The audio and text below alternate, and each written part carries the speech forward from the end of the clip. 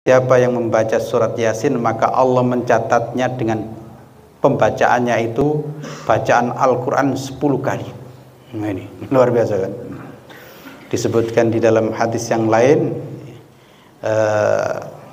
man qara'a surat Yasin fi lailatin, barang siapa yang membaca surat Yasin pada suatu malam, ibtigha'a wajhillah, karena mengharap ridho Allah Subhanahu wa taala, ghufira lahu fi tilkal lailah, maka Allah mengampuninya pada malam itu. Ana ad-da'i bi imani, ana al-islam rabbani, sa'ali rayati dawman wa ahmi saffa ikhwan.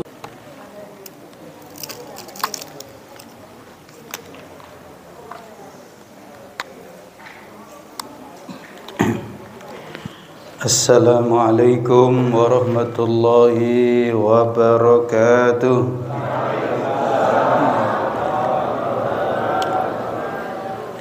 Alhamdulillahi rabbil alamin, wassalatu wassalamu ala asyrafil anbiya'i wal mursalin, nabiyina Muhammadin wa ala alihi wa sahbihi ajmain. Asyhadu an la ilaha illallah wahdahu la syarika lah, wa asyhadu anna Muhammadan abduhu wa rasuluh.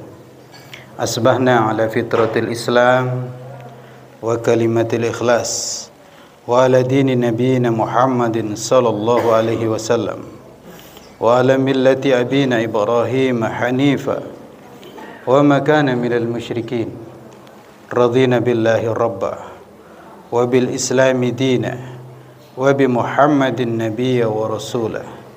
Subhanallahi wa bihamdih adada khalqih wa ridha nafsih wa zinata arsyih wa midada kalimatih. Bapak, Ibu, dan saudara-saudara sekalian, alhamdulillah, mari kita semuanya bersyukur kepada Allah Subhanahu wa taala atas segala limpahan rahmat dan nikmatnya kepada kita semuanya. Khususnya pada pagi hari ini kita bersama-sama dipertemukan oleh Allah Subhanahu wa taala di Masjid Jami' Babus Salam. Jadi ada jami'nya. Kalau di Arab itu yang namanya masjid itu jami'. Biasanya malah masjidnya itu enggak ada jami'. Jami' Aisyah, jami' ini termasuk. Ini Jami' Babus Salam. Semoga Allah Subhanahu wa taala nanti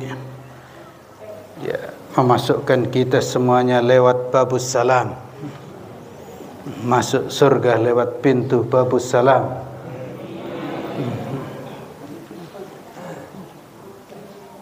Yang menjadikan kita mendapatkan limpahan kesejahteraan, kenikmatan dan keselamatan. Dan di Masjidil Haram itu ada juga pintu Babus Salam. Itu pintu yang terkenal, sangat terkenal. Di Masjid Nabawi juga demikian. Kita sekarang berada di masjid atau di Masjid Jami' Babus Salam. Ini masjid luar biasa. Bagi saya secara pribadi kenangan yang insya Allah tidak akan terlupakan. Masjid ini pernah terkena gempa, tapi tidak roboh. Yang lain-lain sebagian roboh, ini tidak. Tiang-tiangnya masih kokoh.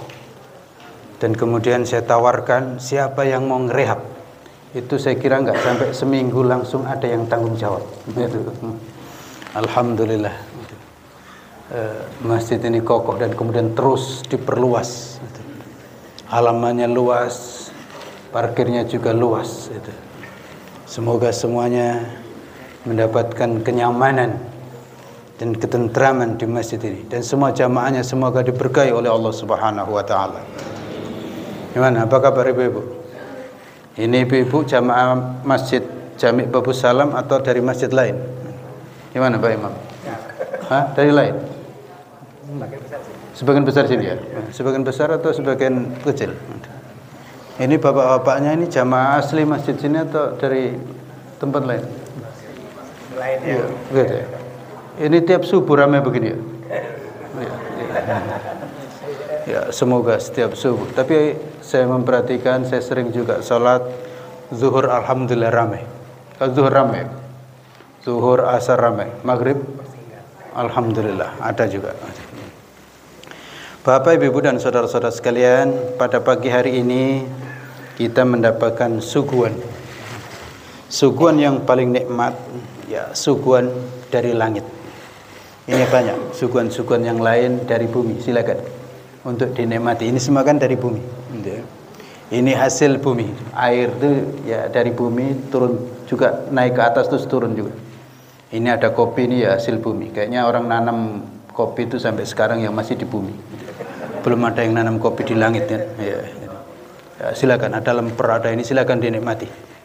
Tapi ada jamuan yang lebih nikmat, yaitu jamuan yang langsung turun dari langit, yang dibawa oleh manusia paling mulia, yang dibawa oleh manusia paling mulia, yaitu Nabi Muhammad sallallahu alaihi wasallam.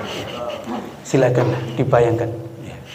Ya, ini tadi jamuan-jamuan yang diberikan kepada kita, ya, nikmat, ya, nikmat, bagus.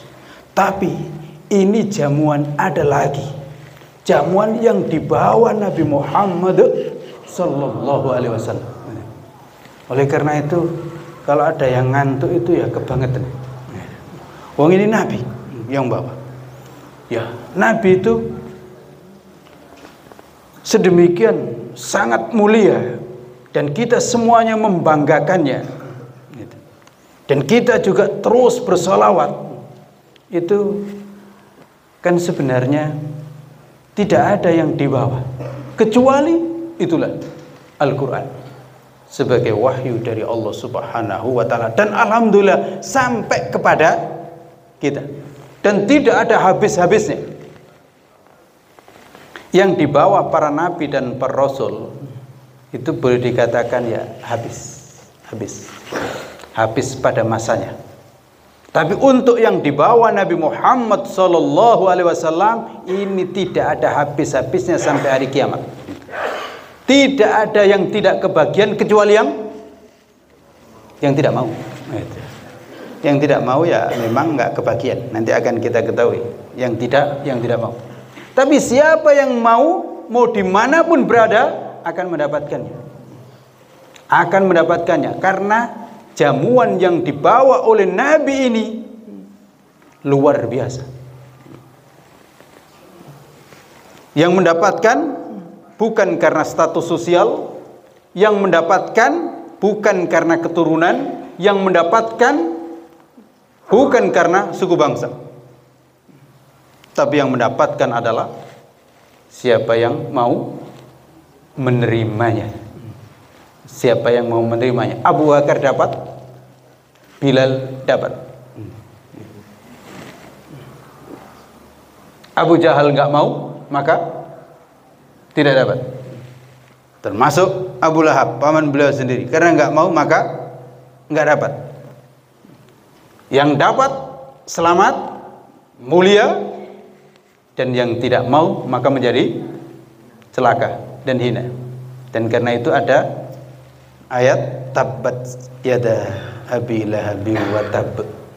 Bapak, Ibu dan saudara-saudara sekalian, jamuan yang dibawa Nabi Muhammad sallallahu alaihi wasallam itulah yang disebut dengan Al-Qur'an, kitab Al-Qur'an. Dan kitab Al-Qur'an itu terdiri dari surat per surat. Berapa surat? 114 surat. Nah, di Masjid Jami' Babu Salam ini kita sampai pada surat Yasin. Ini nggak tahu juga sampai di Babu Salam ini surat Yasin. Ya ini luar biasa. Yasinan juga di sini, masya Allah, gitu. Jadi rupanya ya ini juga, ini nikmat juga. Yang rutin baca Yasin ternyata dapat kajian di sini. Ini kan kita nggak memprogramnya. Gitu. Kita tidak mengaja bahwa kita akan nanti pas surat Yasin itu di bangku salam, enggak. Ini juga hampir batal sebenarnya. Hampir batal ini. Karena ada yang ngajak kita kumpul di salah satu masjid, ada juga di sebelah, di masjid kalau nggak salah di Muhajirin itu sedang ada hakim di situ. Hakim. Cuman rupanya gaya tarik ke sini masih tetap. Ditanya di sini, ini gimana? Masih lanjut atau kita ke kebun geran saja? Gitu. Rupanya Pak Imam ngajak di sini, ya udah berarti kita ke sini gitu. Gitu. Ya, di sana rupanya kalau kita ke sana semua kayaknya nggak muat juga. Udahlah, pagi-pagi kita di sini, ya kan? Ya. Jadi kita sampai di sini sampai surat Yasin. Kita semuanya sudah tahu bahwa surat Yasin ini memiliki keutamaan-keutamaan yang sungguh sangat banyak sekali. Antara lain Yasin itu disebut sebagai qalbu Al-Quran, jantungnya Quran. Disebutkan di dalam hadis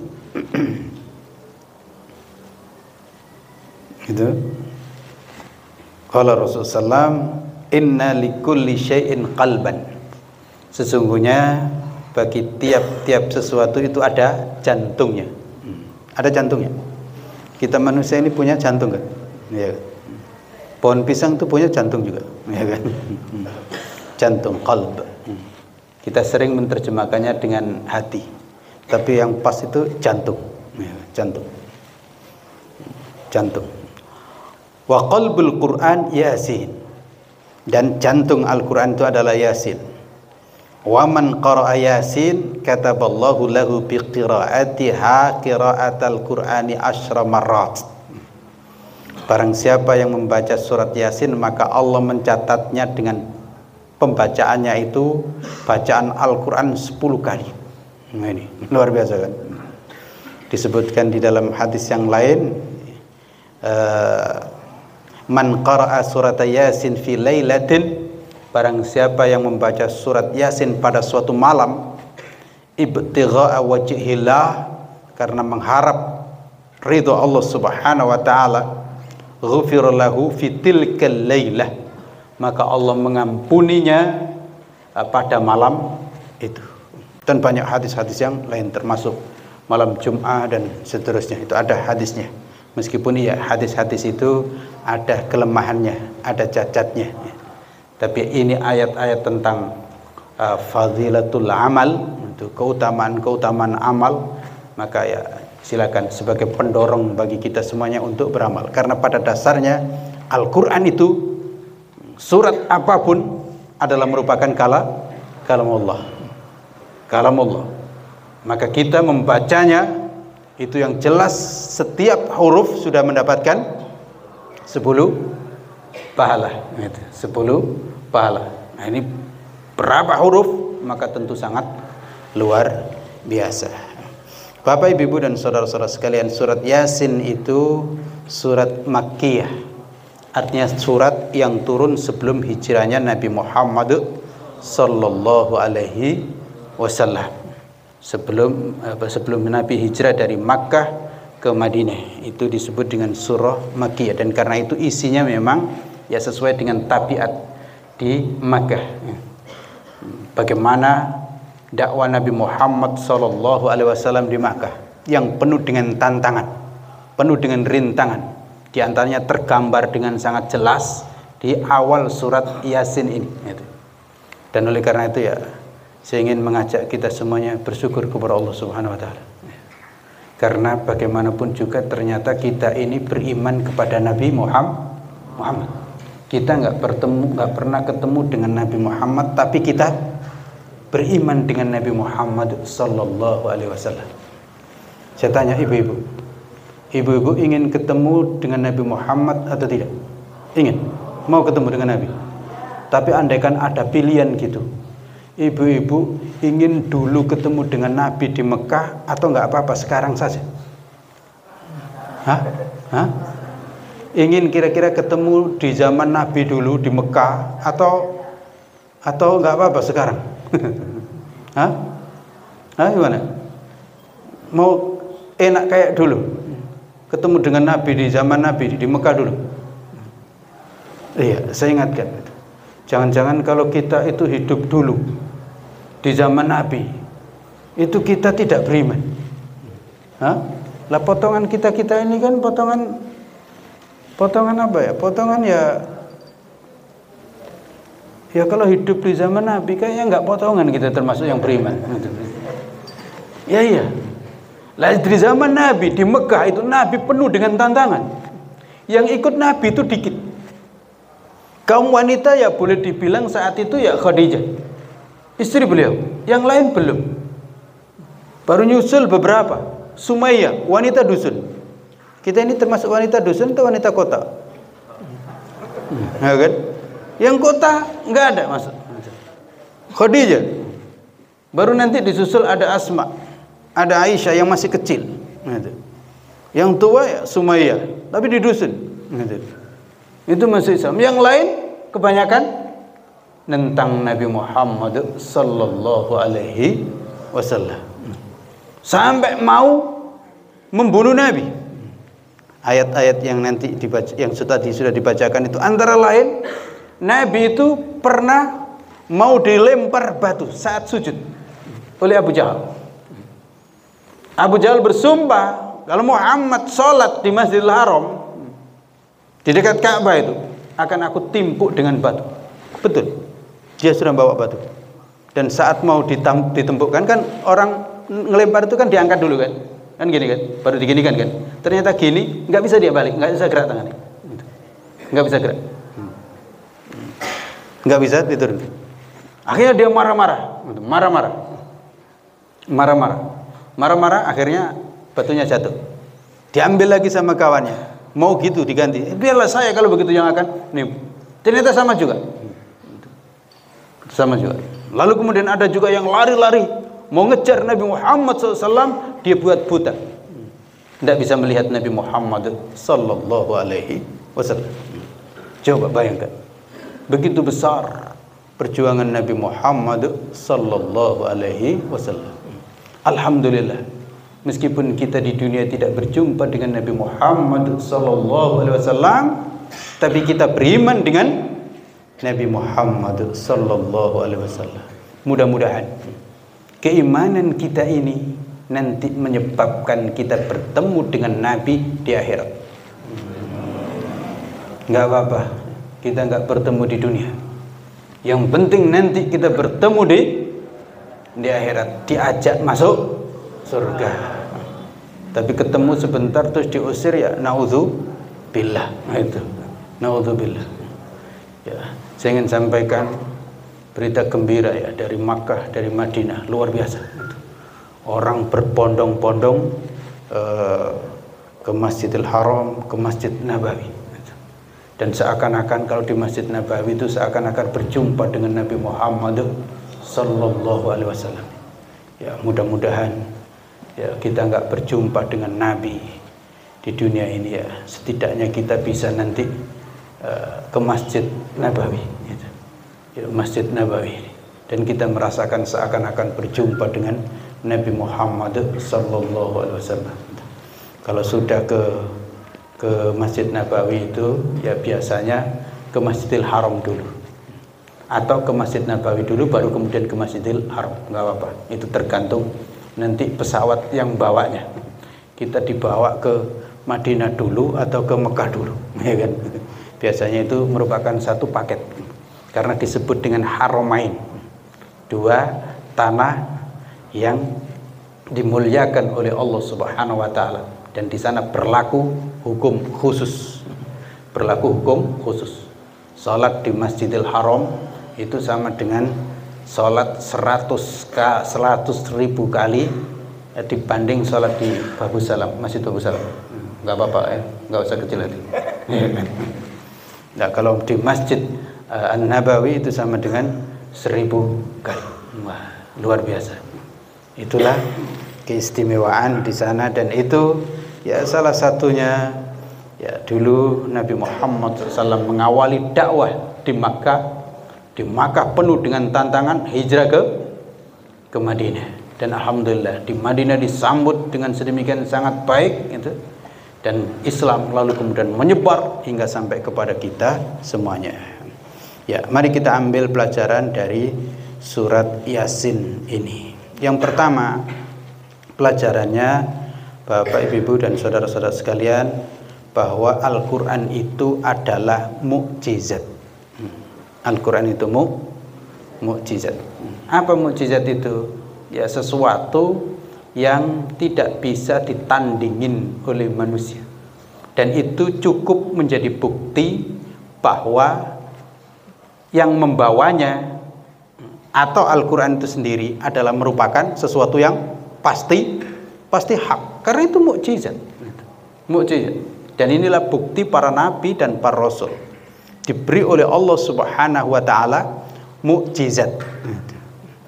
Sehingga tidak ada bagi manusia alasan untuk tidak tahu kebenaran. Tidak ada alasan dimanapun berada manusia itu, kalau sampai kemudian tidak ngerti Nabi Muhammad, tidak mengerti Al-Quran. Karena Allah sudah tunjukkan bukti yang terang benderang, khususnya ya Al-Quran ini. Kalau mukjizat yang dibawa para nabi dan para sebelumnya udah boleh dikatakan selesai, tapi Al-Quran tidak ada selesainya. Kita masih bisa melihatnya dan kita bisa membuktikan. Itulah maka Allah berfirman Yasin. Para ulama menjelaskan Yasin ini ya sama dengan alif lam mim, sama dengan alif lam ra, sama dengan kaf ha ya ain shad, sama dengan toha dan seterusnya. Itu. Apa ini? Ini adalah huruf-huruf hijaiyah.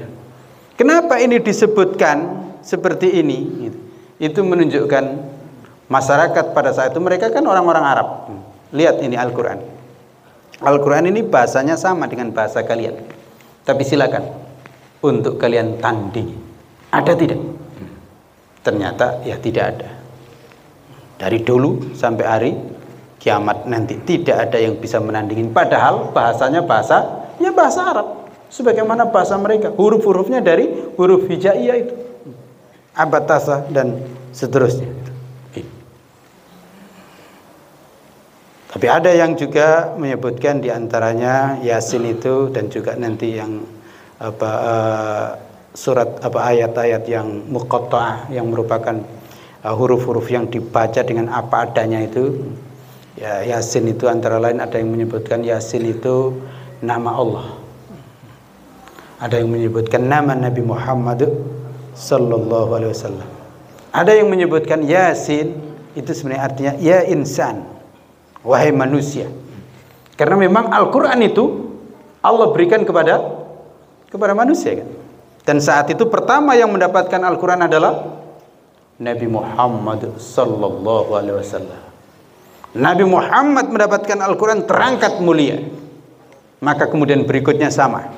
Siapa saja yang mau mendapatkan Al-Quran sebagaimana yang didapatkan Nabi Muhammad SAW, maka mulia. Karena berarti sama, mendapatkan mukjizat. Mukjizat.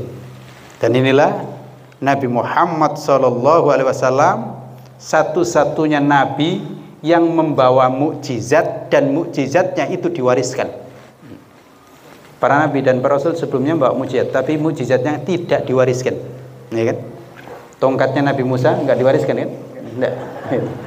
Enggak. Ya, kitab-kitabnya juga Nabi Ibrahim juga punya kitab, tapi enggak diwariskan. Enggak sampai kepada kita, maksud saya. Diwariskan saat itu terbatas. Termasuk kitabnya Nabi Musa, Taurat gitu. Ya. Ada, tapi tidak utuh warisannya.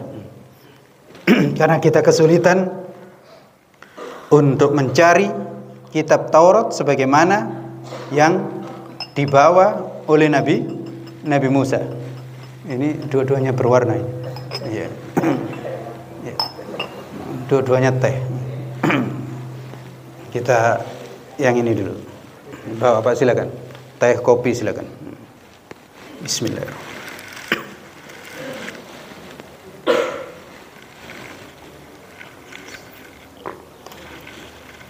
Nabi Isa juga punya kitab Injil, tapi juga tidak diwariskan kepada kita seperti apa adanya. Karena yang kita dapatin kan bukan Injil-Injil dalam bahasa Nabi Isa, sudah berubah semua kan bahasanya. Tapi kalau Al-Quran tidak. Al-Quran yang kita baca itulah Al-Quran yang dulu dibaca Nabi Muhammad sallallahu alaihi wasallam. Sehingga yang disebut baca Quran, yang disebut dengan baca Quran pasti sama dimanapun berada. Betul? Pasti sama. Orang Amerika baca Quran ya sama dengan kita baca Quran. Kita jumpai orang yang disebut orang baca Quran dimanapun sama. Gampangnya, kalau kita sholat, orang itu baca Al-Fatihah, beda nggak? Nggak mungkin beda kan? Sama Al-Fatihahnya, sama. Kita sholat dimanapun imamnya baca Al-Fatihah, ya itu yang kita dengar. Ya. Tidak ada perubahan sama sekali. Qul huwallahu ahad ya sama, Yasin juga sama. Ya, orang Arab baca Yasin ya sama dengan kita baca Yasin, ya kan? Orang Cina baca Yasin ya sama dengan kita baca Yasin. Tidak berubah sama sekali. Dan kitabnya juga begitu. Kita akan menjumpai kitab Al-Quran dimanapun berada ya sama. Sama. Itulah Al-Quran sebagai mukjizat. Dan itulah Nabi Muhammad sallallahu alaihi wasallam mewariskan mukjizatnya kepada kita. Satu-satunya Nabi yang mewariskan mukjizat yang diterima kepada umatnya utuh. Dan karena itu maka semua umatnya ya bisa hebat asal mewarisi mukjizat dari Nabi Muhammad sallallahu alaihi wasallam. Yang kedua, Al-Quran pasti hak dan merupakan petunjuk. Siapa yang mau berpegang teguh dengan petunjuknya, maka dia selamat dan berbahagia. Karena wal Qur'anil hakim, demi Al-Quran yang bijak, yang bijaksana. Artinya pasti tidak ada salahnya. Kita mendengar kata bijaksana itu kan enak. Karena di situ pasti itu yang kita butuhkan. Dan di situ pasti tidak ada kesalahan. Yang ketiga, Nabi Muhammad SAW itu adalah utusan Allah yang terakhir. Beliau bukan satu-satunya nabi, tapi nabi pamungkas. Sebelumnya sudah ada nabi dan rasul. Innaka laminal mursalin. Sesungguhnya engkau sungguh benar-benar termasuk utusan Allah. Sebelumnya ada Nabi Isa, Nabi Musa, dan seterusnya. Jadi Nabi Muhammad memang bukan satu-satunya nabi, pelanjut dan penutup. Pelanjut dan penutup.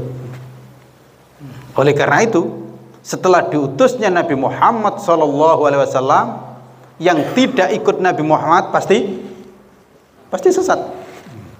Pasti sesat. Dan tidak bisa orang mengatakan saya ikut Nabi Musa. Tidak bisa. Kenapa? Karena sudah selesai zamannya, gitu. Sudah selesai zamannya. Di saat zaman Nabi Musa, maka orang kalau tidak ikut Nabi Musa maka sesat. Setelah diutusnya Nabi Isa, yang tidak ikut Nabi Isa berarti sesat. Begitu.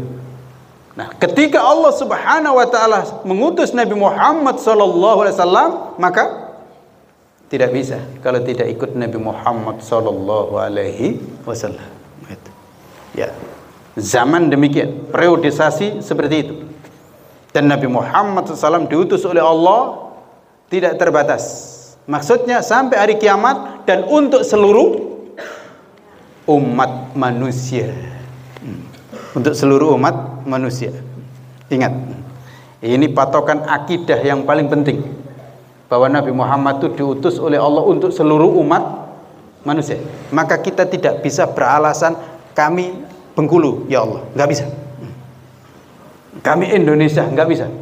Mau Indonesia, mau Jepang, mau Australia, mau Eropa, mau Rusia, kalau nggak ikut Nabi Muhammad, celaka, celaka. Begitu. Karena berikutnya Yang keempat, ajaran yang dibawa Nabi Muhammad itu adalah lurus dan luas. Lurus dan luas. Ala siratim mustaqim. Yang disebut dengan sirat yang selalu kita baca dalam surat Al-Fatihah itu, ihdinas siratal mustaqim, ya Allah tunjukilah kami jalan yang lurus. Itu sirat. Sirat itu maknanya adalah jalan yang luas. Itu. Tidak disebut luas, tidak disebut sirat kalau jalan itu sempit, meskipun lurus. Gitu. Ini jalan gedang ini apa jalan antar dia ini belum sirat, belum luas ya. Luas. Yang dimaksud luas sehingga bisa menampung semua orang. Gitu, semua orang. Itulah maka Islam itu bisa menampung semua orang.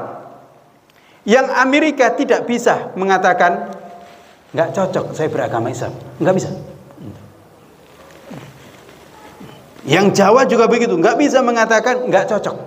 Islam itu cocok untuk seluruh umat manusia, dimanapun berada, karena dia luas.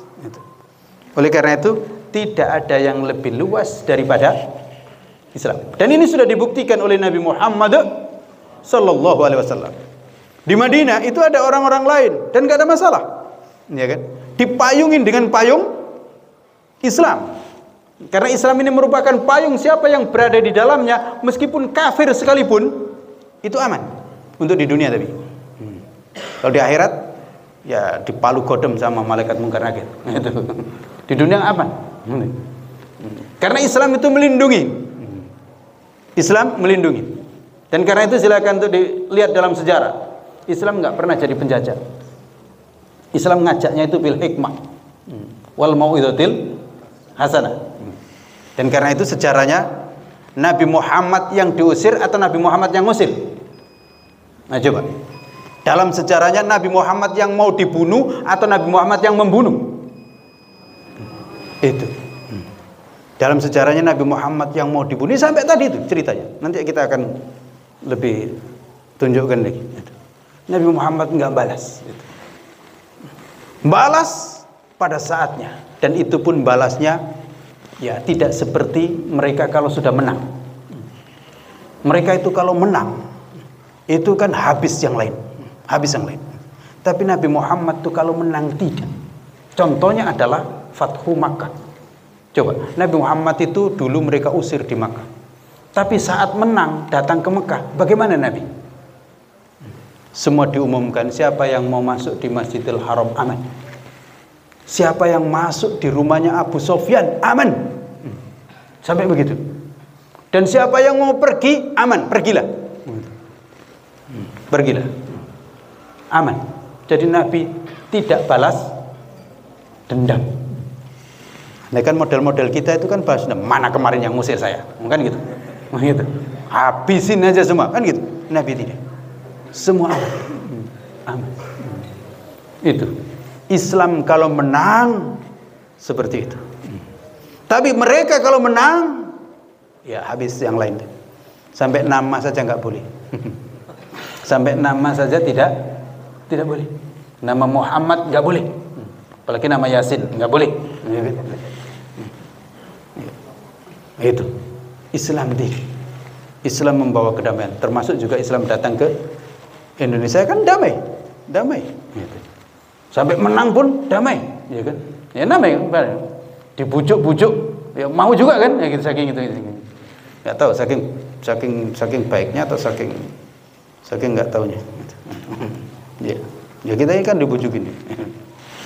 Padahal kan pejuang-pejuang itu kan, ya kemerdekaan itu kan umat Islam, para ulama, ya kan? Para ulama. Tapi setelah itu, ya itu loh, coret saja itu, Islam coret. Ya kan dicoret juga, ya. Nurut gitu, ya kan? Ya aslinya itu kan ada kata Islam dengan menjalankan syariat Islam bagi pemeluknya kan, dan itu bagi pemeluknya bukan bagi yang lain. Tapi mereka wah enggak enak ini, coret saja, ya, nurut juga gitu, ya kan? Ya kan? Padahal itu syariat Islam itu berlaku bagi pemeluknya bukan bagi yang lain. Kita nggak pernah memang ngajak orang Nasrani untuk ke masjid Babus Salam, enggak kan? Enggak mungkin gitu. Kalau mau ya syahadat dulu, kan gitu. Tapi kalau enggak syahadat enggak usah gitu. Lakum dinukum waliyadin kan. Itu. Seperti itu. Enak kita itu. Lakum dinukum waliyadin. Silakan lakukan agamamu. Kami lakukan agama kami kalau sudah soal agama. Dan kita nggak akan bentrok kalau sudah soal agama. Silakan. Kan begitu. Nah, ini Islam melindungi umat-umat yang lain. Karena Islam itu adalah siratal mustaqim. Maka disebutkan dan ditegaskan bahwa Nabi itu di atas jalan yang lurus dan luas. Tidak ada yang tidak bisa masuk di dalam Islam. Orang yang masuk dalam Islam pasti kebagian. Pasti kebagian. Dan itu diantaranya ya, saya melihatnya itu ya di Masjidil Haram dan di Masjid Nabawi. Semua orang masuk di situ itu kayaknya ya kebagian dari manapun berada. Padahal kan sebanyak itu, tapi masih tetap kebagian. Tapi sebenarnya juga di masjid-masjid yang lain juga begitu. Ini kalau datang banyak juga masih kebagian. Ya buktinya salat Idul Fitri, Idul Adha muat juga kan? Muat, iya, muat. Nggak muat di sini sampai ke jalan ke sana. Gitu. Tapi kita kadang manusianya sendiri yang sudah luas tapi nggak mau masuk. Berikutnya, pelajaran berikutnya, bahwa ya Al-Quran dan Nabi Muhammad SAW itu adalah merupakan rahmat yang turun langsung dari Allah Subhanahu wa Ta'ala. Tanzilal Azizir Rahim, itu turun dari Allah Subhanahu wa Ta'ala. Yang mau menerima maka mendapatkan rahim, mendapatkan rahmat. Yang tidak mau menerima maka Allah Maha Aziz, Allah Maha Agung, ya rugi sendiri gitu. Yang tidak mau menerima rugi sendiri. Karena Allah nggak butuh, Allah nggak kurang. Allah itu kita sembah nggak kita sembah tetap Allah, tetap pencipta alam semesta. Sama sebenarnya. Nabi Muhammad juga nggak rugi. Kita ikut ataupun kita nggak ikut, Nabi Muhammad nggak rugi. Kita nggak ikut, Nabi Muhammad tetap Sayyidul Mursalin, penghulu para rasul. Dan Nabi Muhammad tetap tempatnya di dunia mulia, di akhirat pembawa kunci surga. Kita ikut nggak kita ikut ya begitu. Maka nggak rugi bagi Nabi Muhammad SAW. Dan karena itulah Nabi Muhammad itu tenang. Mau dimusuhin nggak dimusuhin ya tenang. Karena nggak rugi. Yang musuhin nanti yang rugi gitu. Di sini. Ini pelajaran berikutnya.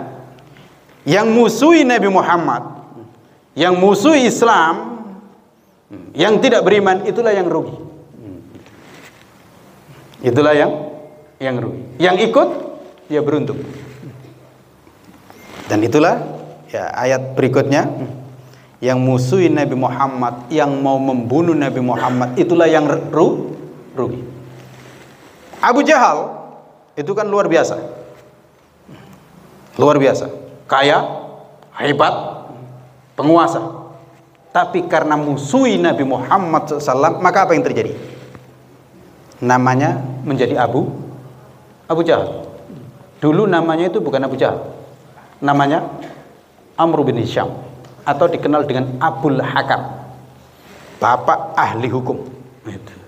Bapak ahli hukum. Tapi karena memusuhi Nabi Muhammad SAW, maka namanya berubah menjadi Abu Jahal. Abu Jahal berubah jadi itu. Sampai sekarang mungkin kita kalau nggak baca sekarang nggak tahu siapa namanya kok Abu Jahal.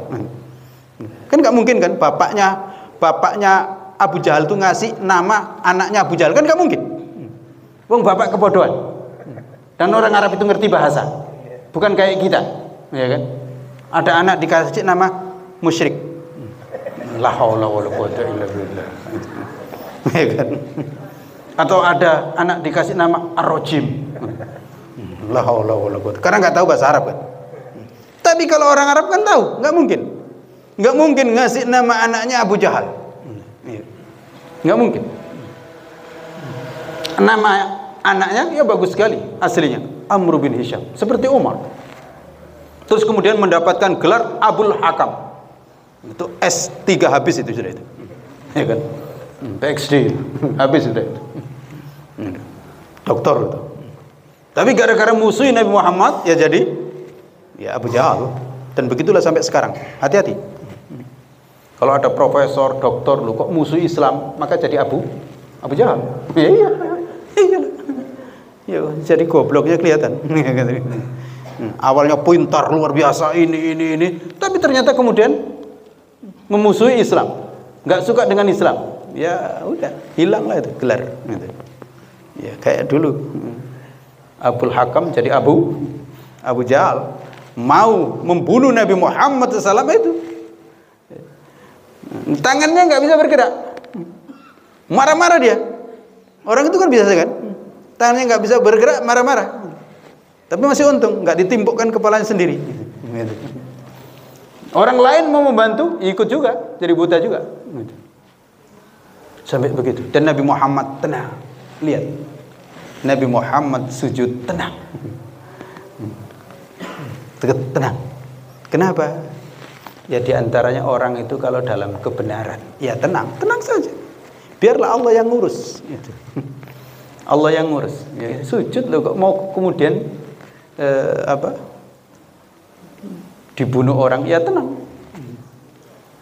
Dan insya Allah ya balik kepada yang mencelakai sendiri. Gitu. Saya tempoh hari masih teringat juga ini, pas gempa. Ceritanya di masjid ini itu semuanya banyak yang bubar, tapi Pak Imam tetap aja dia ngimam. Iya, ada, masih dengar ya, pas gempa dulu Pak Nasuddin, iya kan, imamnya masih tetap, yang lain sebagian kabur. Ya, tenang, dia nggak ada apa-apa kan. Subhanallah. Itu. Ya, orang kalau baik ya tenang, yang tidak tenang itu kan kalau buruk. Kucing itu kalau makan dikasih itu kan tenang, tapi kalau nyuri kan nggak tenang. Gitu. Tengok kanan kiri kan gitu. Manusia juga begitu. Berikutnya, ini ya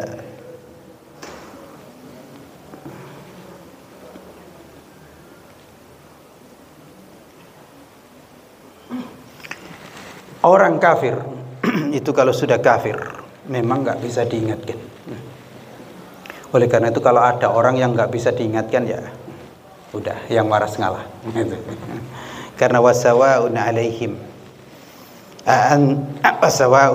anzartahum am lam tunzirhum la yu'minun. Wis padha wae. Sama saja atas mereka itu. Kamu ingatkan mereka atau tidak, mereka tidak akan beriman. Cukup. Lanjut dakwah yang lain. Gitu. Lanjut dakwah yang lain. Karena memang Islam itu benar. Al-Quran itu jelas benarnya. Tapi tidak semua orang itu mau menerima kebenaran. Dan inilah diantara ya sifat yang dimiliki oleh manusia. Manusia itu tahu kalau itu benar, tapi belum tentu dia mau menerima. Nggak tahu. Ini kenapa begitu? Sudah tahu kalau ini benar, sudah tahu sholat itu bagus, tapi nggak mau datang. Iya kan? Gimana? Sudah tahu pakai pakaian itu kan bagus. Yang namanya manusia pakai pakaian kan bagus, Pak Imam. Ya. Tapi banyak juga yang nggak mau kan. Jadi pakai celana pendek. Itu kalau di rumah ya mending. Ini di bandara, Masya Allah. Coba gimana? Kok bisa? Yang laki-laki itu pakai jaket karena kedinginan. Lu ini perempuan pakai koteka. La haula wala quwata. Kok kepanasan? Katanya. Ini manusia. Ke masjid itu sudah jelas, pasti benar, bagus. Tapi kok berat sekali? Gratis lagi, ya kan? Tapi kalau sudah nyanyi dangdutan, coba. Di sini. Inilah sifat manusia. Karena itu hendaknya kita minta kepada Allah Subhanahu wa taala petunjuk dan hidayah. Supaya hati kita bisa menerima kebenaran. Allahumma arinal haqqa haqqa warzuqna attiba'ah. Ya Allah, tunjukkanlah kami yang benar itu benar, dan anugerahkan kami rezeki bisa ngikuti yang benar. Ya. Karena Nabi Muhammad tuh sudah jelas mereka lihat benar, tapi mereka ngikut nggak mau. Gitu. Ya. Dan mereka sudah tahu kalau Abu Jahal itu buruk, tapi mereka mau ikut. Gimana ibu-ibu? Kalau hidup di zaman Nabi Muhammad dulu, di zaman Abu Jahal dulu, kira-kira ibu-ibu ikut Abu Jahal atau ikut Nabi Muhammad? Coba. Nah, terus terang aja. Ini bapak-bapak ketawa. Kalau bapak-bapak gimana? Ikut Abu Jahal atau ikut Nabi Muhammad? Iya. Ya, kalau Bilal ikut Nabi Muhammad dan taruhannya ya saat itu disiksa, tapi tetap. Nah, kalau kita jangankan disiksa, baru dibujuk uang 50.000 saja udah. Iya Pak, nggak apa-apa. Iya kan? Cium tangan. Gitu. Lihat tuh. Baru dikasih uang 50.000. Masjid dikasih uang 50 juta. Udah pengurus masjid itu cium tangan tuh.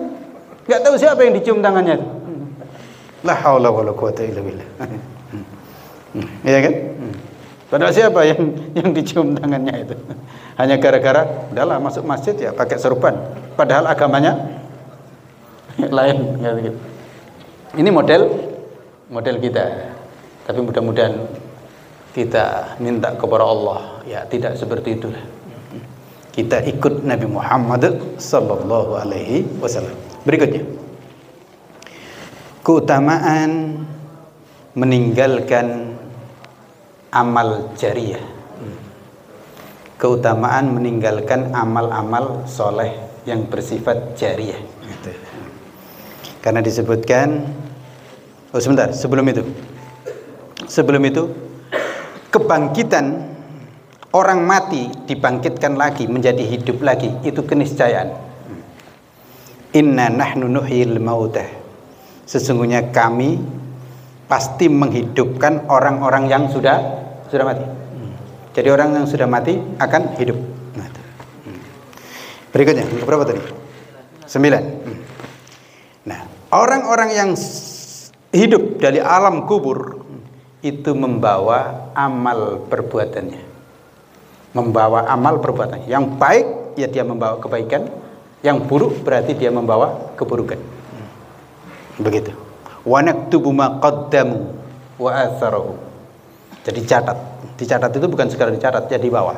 Jadi nanti kita itu akan membawa amal kita masing-masing.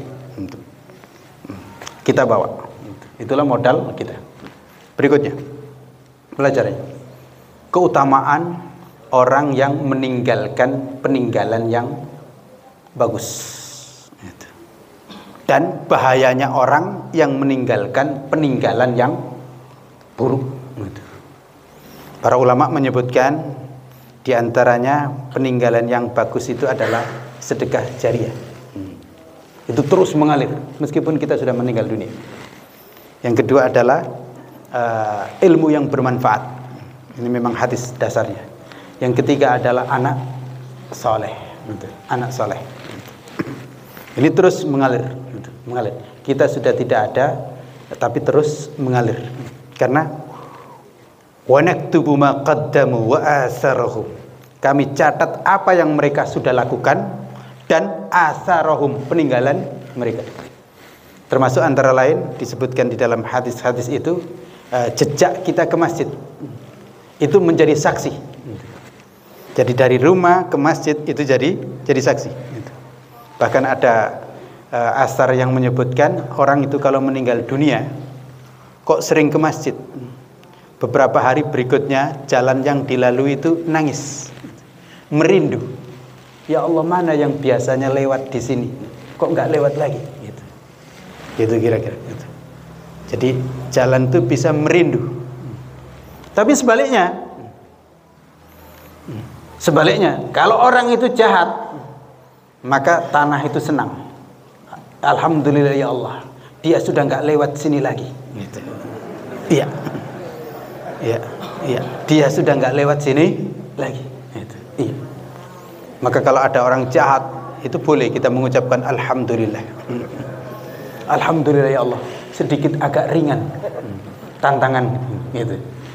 Yang musuh Islam sudah agak ringan. Gitu. Iya begitu. Maka hati-hati, adik-adik polisi, hati-hati ya.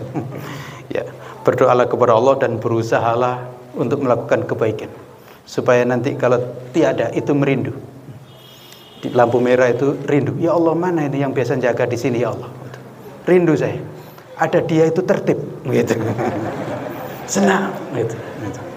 Tapi hati-hati, gitu. Itu bisa terjadi. Ya Allah, alhamdulillah nggak ada lagi dia di sini. Karena kalau ada dia di sini itu biasanya malakin orang terus, nilang terus, gitu. Nah, itu hati-hati. Gitu. Iya, gitu. Hati-hati. Di situ keutamaan kita meninggalkan kebaikan. Kita itu hidup sekali di dunia, tidak 2 kali. Masa kita ninggalkan yang buruk? Ya hidup sekali, kita harus program kita ninggalkan yang baik. Hidup sekali ninggalkan keburukan itu ya rugi. Nanti nangis kita. Ya Allah, balikkan kami ke dunia ya Allah, biar kami ngulang gitu. Jadi polisi yang baik ya Allah kami. Ya nggak bisa, nggak ada rekrutmen polisi lagi, udah kiamat gitu. Termasuk ya imam masjid pemuda dan seterusnya, nggak ada lagi. Ya Allah, saya bisa kuliah lagi ya Allah dengan baik ya Allah. Nggak bisa lagi, tutup semua sudah universitas gitu. Maka kita hidup sekali, mari kita program meninggalkan kebaikan, bukan meninggalkan keburukan. Demikian.